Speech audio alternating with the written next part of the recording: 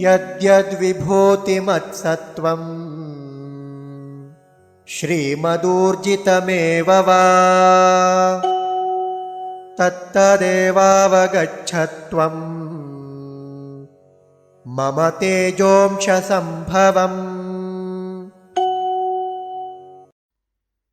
यत् यत् विभूतिं सत्वं श्रीमत् ऊर्जितम् एव वा तत् तत् एव अवगच्छ त्वं मम तेजः अंशसम्भवम्।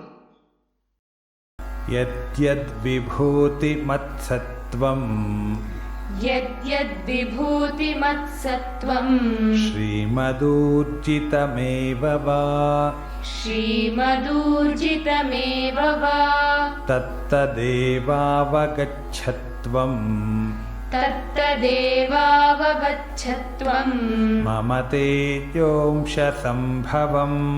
मम तेजोंशसम्भवम्। यद्यद्विभूतिमत्सत्त्वं श्रीमदूर्जितमेव वा यद्यद्विभूतिमत्सत्त्वं श्रीमदूर्जितमेव वा तत्तदेवावगच्छत्वं मम तेजोंशसम्भवम्। तत्तदेवावगच्छत्वं मम तेजोंशसम्भवम्। यद्यद्विभूतिमत्सत्त्वं श्रीमदूर्जितमेव वा तत्तदेवावगच्छत्वं मम तेजोंशसम्भवम्।